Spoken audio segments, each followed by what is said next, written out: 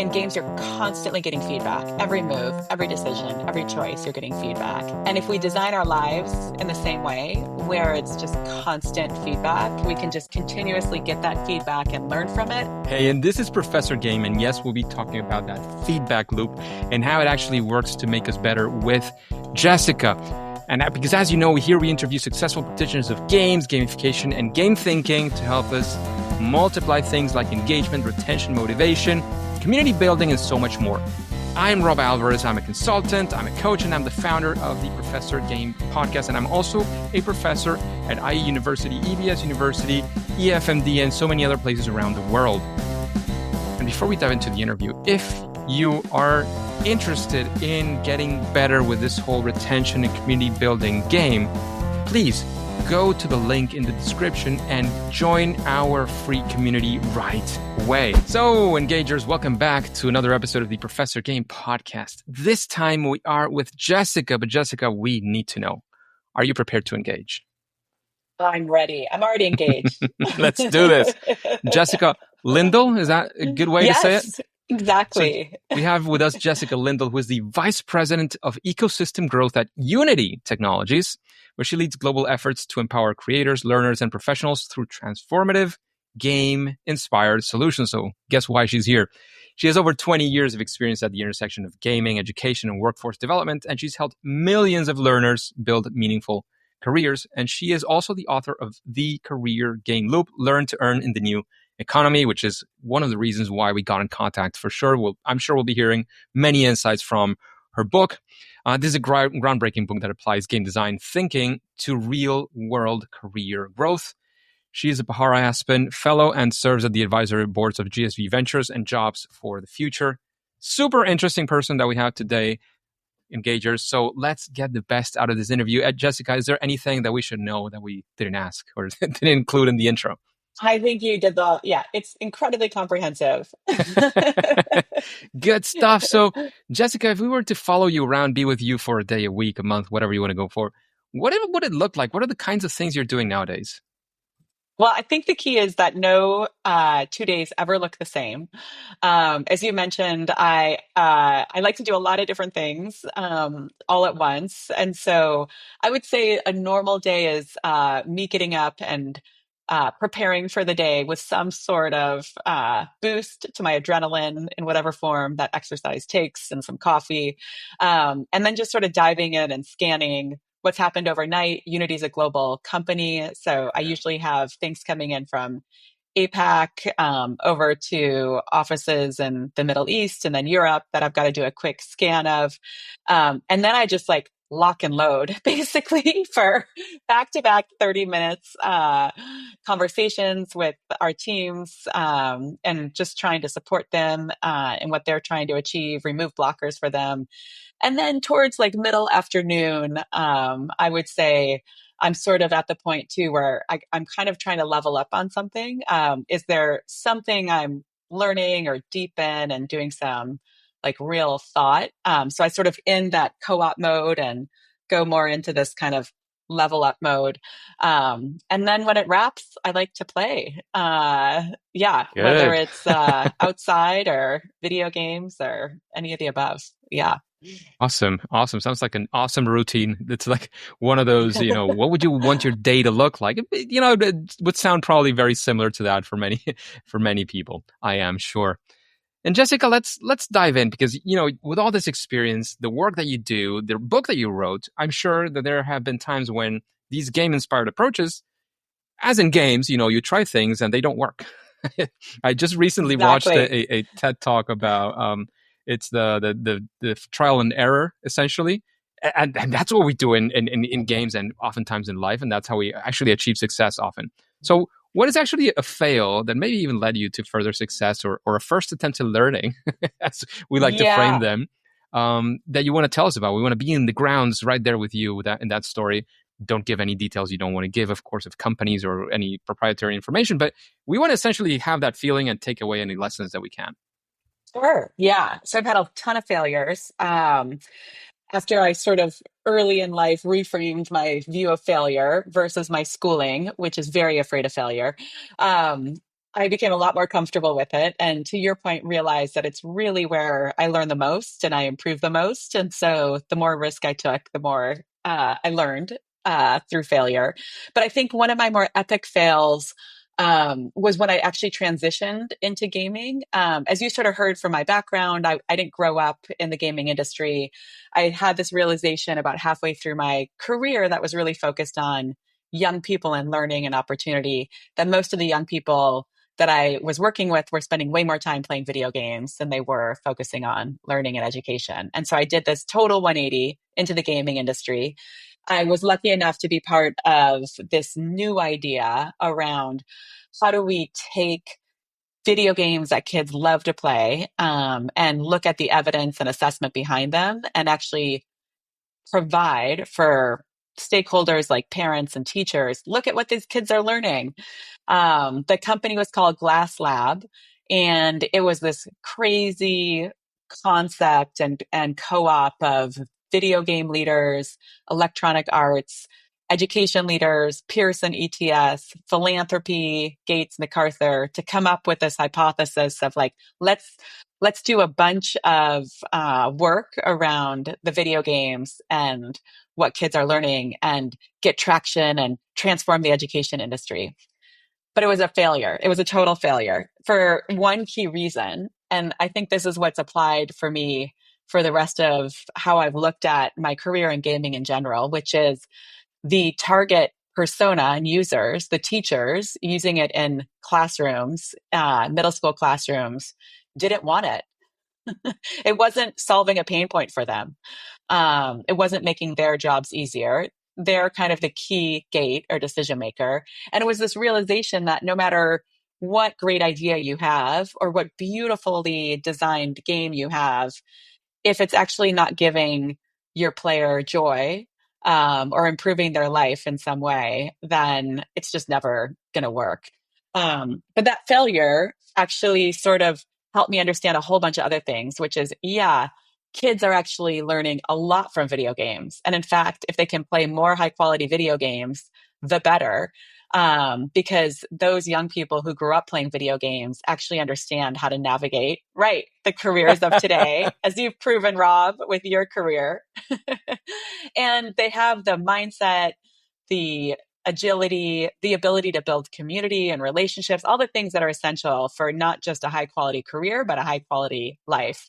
And so that was really the springboard of how I became obsessed with the gaming industry and went on to work at Unity. And here I am today. Awesome, awesome, and of course, a lot of water has gone under that bridge by now. But if you were like to face an initiative like that one today, like you were going to try and do something like that, what would you do different? Maybe at the start, like I don't know, the starting point or whatever you want to go for. Yeah, I think I would really focus on the person that we're trying to make a difference for. When you have these kind of big names like Gates and MacArthur and Electronic Arts, and you've got their leaders and some of them are board members, you sort of get caught up in that vision, and that's like not what's going to move the needle. Like none of that matters. What matters is like, is the person you're trying to serve really seeing value in what you're creating? And so I think that's just totally reframed how I go about my career now. I have an amazing CEO and we've got a really supportive board, but his feedback is not as important to me as the person, the Unity developer or monetization person that I'm trying to serve and making a difference in their lives. That sounds amazing and very, very insightful. And it's, as we like to call it in the frameworks that we use, of course, it's about the player, right? It's the person who's going to be Right. playing whatever whatever Exactly. is to be played, right?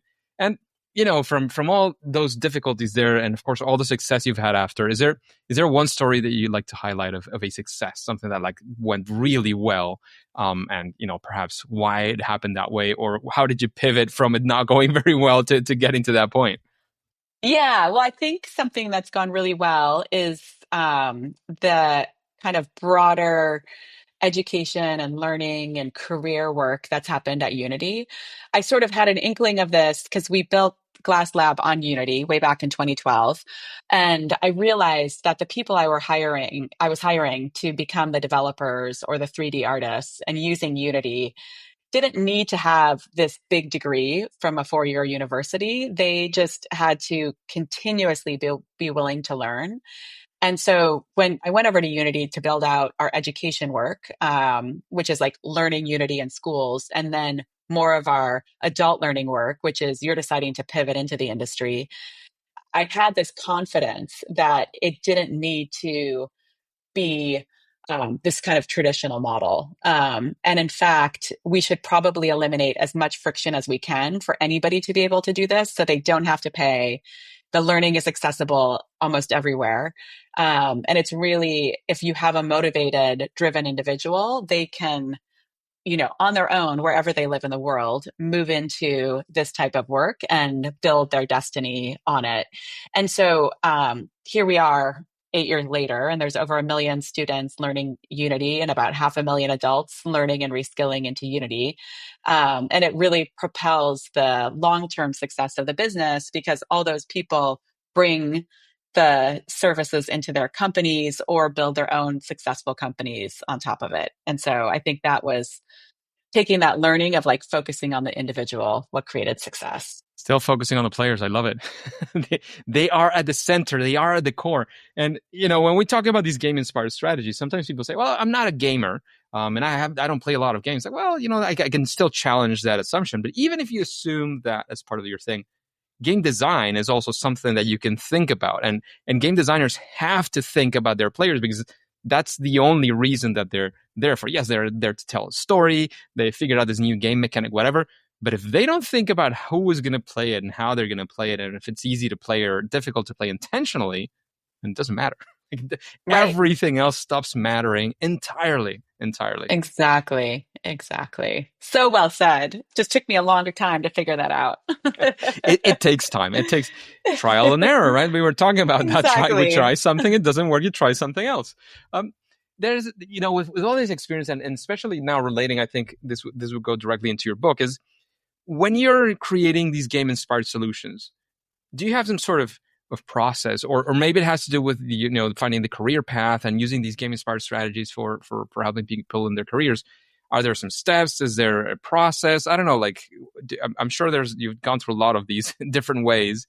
I'd like Yeah. to know what's your latest and greatest in that sense. Yeah, there's definitely a framework and a process that we use overall for learning anything, for playing anything, and then also just like navigating life. It's very meta for us. So there's 4 steps. Step 1 is just going on your quest, figuring out what it is that you want to do, what it is that gives you passion, joy, whether that's a game, what genre that you're, really looking forward to, or what is it in your career that's going to give you fulfillment. Understanding your community at the center of those steps, like who can you really work with and collaborate with and learn from. And then once you've kind of got that locked in, step 2 is really just leveling up. How do you actually build those skills, either to crush it in that game or to crush it in the next job opportunity for the skills that you just don't have quite yet for the aspirations that you defined in that first step of going on that quest? Step 3 is like really accomplishing what you wanted to. Again, getting to kind of that master level in that game, or getting the job that you were looking for, or the promotion, or what have you. And then we all know that once you get to that level, you're not happy. You just want to start the game all over again.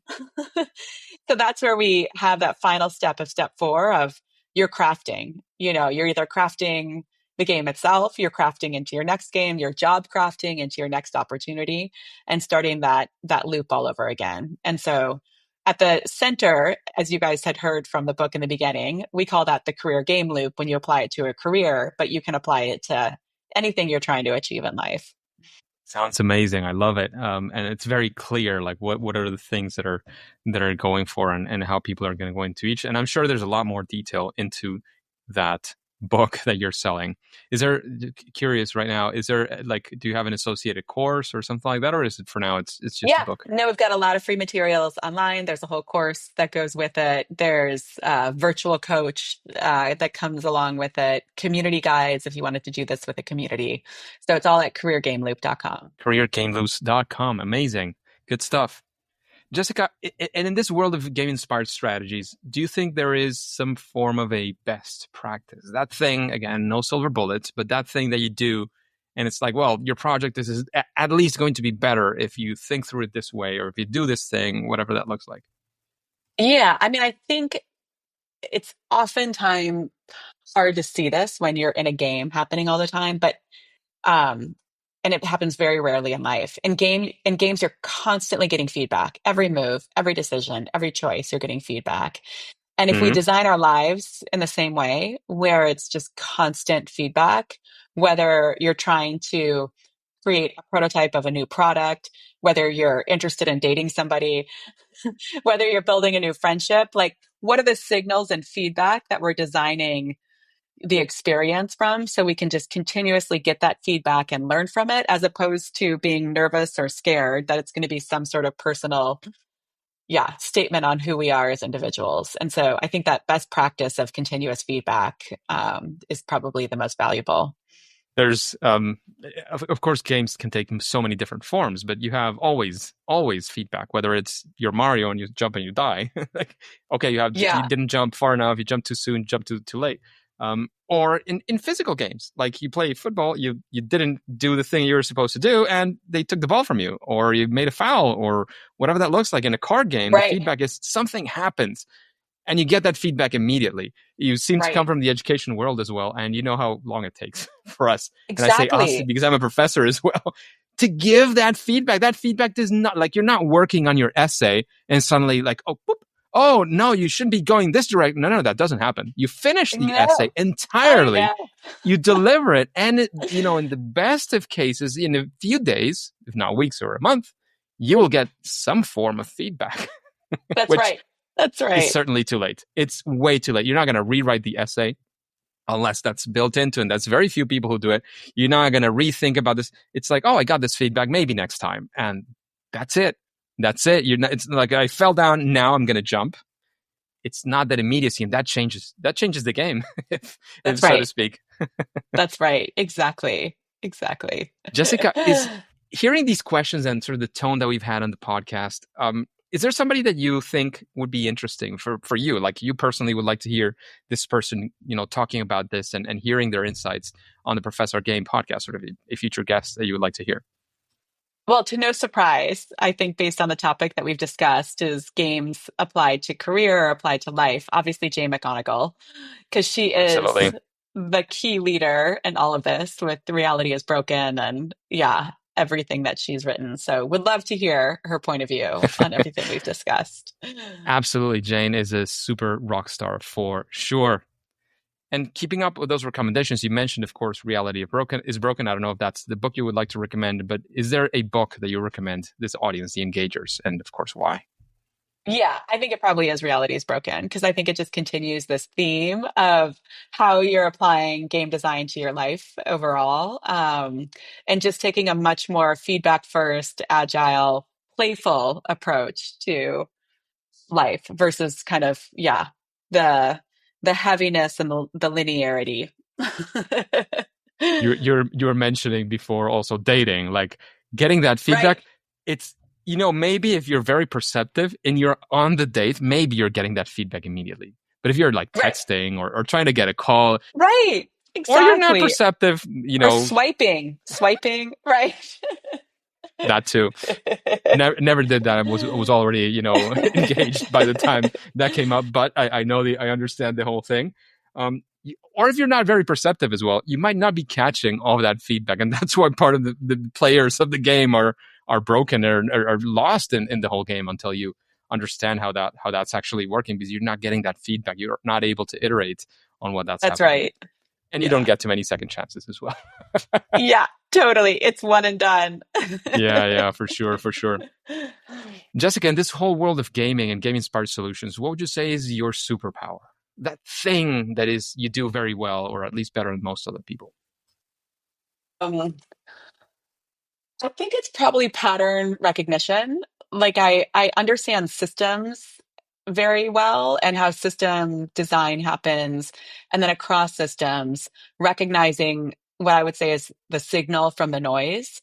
It's something I do all day long in my job, which is like, what's that one nugget that, we're going to run with there, and what's the rest of this that isn't really going to move the needle. I think I do it in people too, that I just see, again, independent of background or pedigree, what, I can have some strong intuition on who's going to be a great leader, how to organize teams, almost like puzzle pieces to bring together the best in everybody. So I think it's really comes down to that pattern recognition. Awesome. Mm. Very, very important, especially in the kind of work we do. Yeah. Jessica, the difficult question now, the really hard question, at least for me, anyways. What is your favorite game? Well, okay, this is very hard, because I think it just goes back to what I love playing with my kids. At this phase of life, I probably would have answered it differently at different phases, but and I just love the open world nature. It's Legends of Zelda, and it's just Hmm. timeless, and Yeah. the trade-offs and the decisions and some of yeah, the morality. It's just yeah, it's an endless game. And I love too how it's age independent. Like you can play it Yeah. with, a 7 or 8 year old and a 50-year-old. So I completely agree. Is there any is that one of the games in the series, or the series as almost as a whole? I would just say the series as a whole, like just yeah, like the overall relationship with the series. It's dangerous out there. Take the sword. All the way Exactly. to, the super modern, amazing graphics and stuff that we get nowadays. I So beautiful. Yeah. Everyone I've played, I can't say I've played them all. It's just an amazing look of the game. It's always on spot. Like I can play. Here's your sword. It's dangerous out there today, and I'm sure I'd spend hours there, stuck on Right. on things, and I don't remember how to pass this dungeon, and I get stuck there and try to figure it out again. I'm sure I would get there for sure as well. Jessica, we have one last question. It's a random question coming from the audience. We have a list of questions, and every now and then we have a few more minutes, a couple of more minutes to answer that. And this one is pretty straightforward, actually. What game experience has personally inspired your work the most? And of course, quick why is always in place. Huh. Meeting with me as a player, what game experience? Is that what you mean? Or As a designing? player, as a designer, as in your work and your book, I don't know, whatever that hits you. I'm not sure. I didn't write the question, so Yeah. I'm reading into the question as far as I can. It's the community. It's the any game that really intrinsically embeds community into the game itself, or even the community surrounding a game on Discord or Twitch, or I just think that like the when we think about the role of community in a game and make it analogous to how we wish other parts of our lives worked, where all of a sudden we're giving people free advice all the time. We're building Yeah, great relationships that last a lifetime with people that we've never even met from the other side of the world. Like there is just something magical about the gaming community that I don't think we appreciate as much because we're in it. Uh, yeah. but if only all of our communities could work with like the best of the gaming community. I know there's dark sides to it too, but like the best Totally, of, totally. yeah. Yeah, yeah. I always struggle not to understand it, because I think I understand it, but I'm sure I'm getting like 20% of that is the whole, females in gaming, right? When some Right, people, right, some girls right. like playing Fortnite, and they don't say a word. You don't know it's a girl, Yeah, but you start getting, clues, because they don't talk, because they're afraid of exactly. some stupid person doing something Exactly. stupid. And I just don't understand how it gets there. And of course, I understand the problem, but not really. I've never experienced it myself. So it's you were talking about the dark side of communities. That's a very dark side, which I've always struggled to understand. But it's also interesting how the best communities do a much better job than other communities in managing these kinds of things, so that that toxic behavior is not acceptable, basically. And it's the That's same right. community that says, get out of here, we don't want you here. And That's right.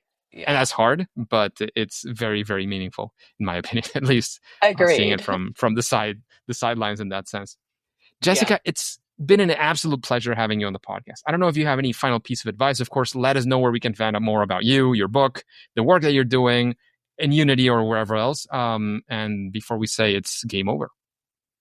All right. This sounds good. So, unity.com is where you find everything related to Unity and our work around how to support you in leveling up in the gaming industry. And then for myself personally, it's just LinkedIn is the primary vehicle for me. And I'm very responsive to DMs, so feel free to reach out at any point. And then finally, last but not least, Career Game Loop for all of your leveling up in your career. Amazing. I know you have the webpage. I think you're on TikTok, on Instagram, like you're on many, many places with the Career Game Loop. So you can find it pretty much anywhere. Engagers. Jessica, thanks again for all your insights, your experience, your knowledge, your understanding. However, Jessica and Engagers, at least for now and for today, it is time to say that it's game over. Hey, Engagers, and thank you for listening to the Professor Game podcast. And since you're interested in this world of creating motivation, engagement, loyalty using game-inspired solutions, how about you join us on our free online community at Professor Game on School. You can find the link right below in the description, but the main thing is to click there, join us. It's a platform called School. It's for free, and you will find plenty of resources there. We'll be up to date with everything that we're doing, any opportunities that we might have for you. And of course, before you go into your next mission, before you click continue, please remember to subscribe using your favorite podcast app and listen to the next episode of Professor Game. See you there.